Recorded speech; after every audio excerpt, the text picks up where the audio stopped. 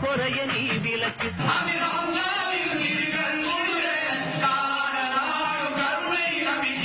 அடி அலங்காரி அருசுபதேவி எங்கள் வாழ்வை காக்கும் ஆலயம்மாவே. அங்கு தேர் திருவிழா, இங்கு சந்தனக்கூடு.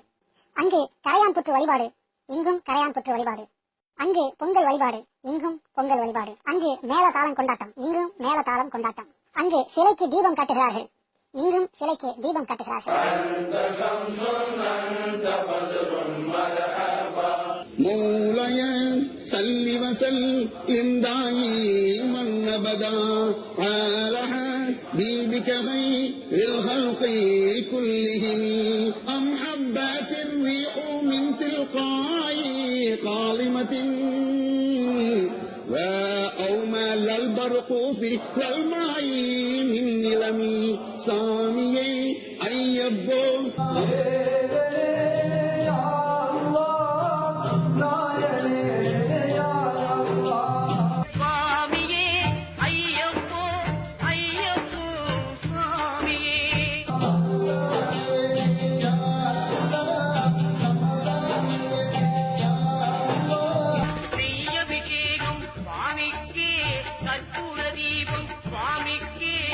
இந்த கவிதைகளை பொறுத்தளவுக்கு திருமறை குர்ஆனை எடுத்து பார்த்தா தெரியும்.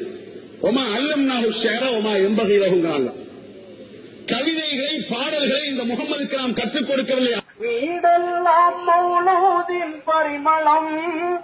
அந்த மௌலூது பாடல்கள் எல்லாம் என்ன பாடல்கள்? புனிதம் நிறைந்த பாடலா?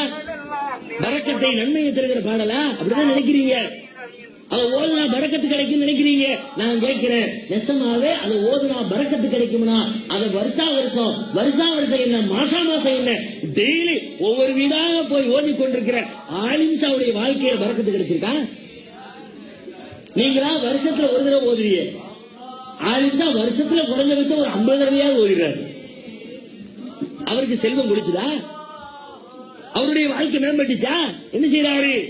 அந்த மௌலித ஓதிவிட்டு 50 ரூபாய் காசுக்காக உங்களை எதிர்பார்த்து பல்ல காட்டிக் கொண்டிருக்கிறார். அதுவே தெரியலையா இது காசுக்காக உருவாக்கப்பட்டதுன்னு? அங்கு கோயில் யானை, இங்கு தர்கா யானை. அங்கு கோயிலில் விளக்கு ஏற்றுகிறார்கள், இங்கு தர்காவில் விளக்கு ஏற்றுகிறார்கள். அங்கு கோயிலில் கொடிமரம் நடுகிறார்கள், இங்கு தர்காவில் கொடிமரம் நடுகிறார்கள். அங்கு திருவிழா, இங்கு உருஸ். அங்கு காலி விழுந்து ஆசீர்வாதம் வாங்குகிறார்கள், இங்கும் காலி விழுந்து ஆசீர்வாதம் வாங்குகிறார்கள். அங்கு சிலை வழிபாடு, இங்கு கபர் வழிபாடு. அல்லாஹ்வுடைய மார்க்கத்தோடு விளையாடுகிற இந்த சமூக மக்களை நாளை மறுமையிலே நரகத்திலே கொண்டு போய் தள்ளுகிற தொழிலை அவர் எப்படி தேர்ந்தெடுக்க முடியும்? இஸ்லாம் என்றால் பிற மதத்து கலாச்சாரங்களை இஸ்லாம் என்று செய்து கொண்டிருந்தோம். இஸ்லாம் என்றால் பஞ்சா எடுப்போம், இஸ்லாம் என்றால் நூறு மசாலா நடத்துவோம், இஸ்லாம் என்றால் கிஸ்தாக்கள் நடத்துவோம், இஸ்லாம் என்றால் பாட்டு கச்சேரி நடத்துவோம், இஸ்லாம் என்றால் கந்தூரி நடத்துவோம், இஸ்லாம் என்றால் தேர் இழுப்போம். இதுதான் இஸ்லாம் என்று நினைத்துக் கொண்டிருந்த நேரத்தில் கண்ணீர் விட்டு கவலைப்பட்டுகளுக்காக பெருமானார் ஸல்லல்லாஹு அலைஹி அடி வாங்கினார்கள்.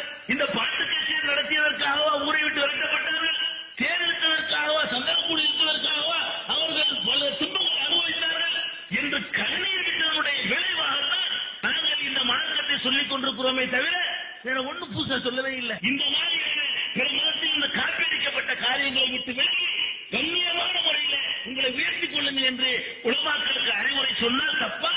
அது தரங்க சொல்றோம். கட்டம் என்றும் பாத்தியா என்றும் மௌலவி என்றும் தாயத்து என்றும் தட்டு என்றும் புரோகிதத்தை இஸ்லாத்தில் நுழைக்காதீர்கள்.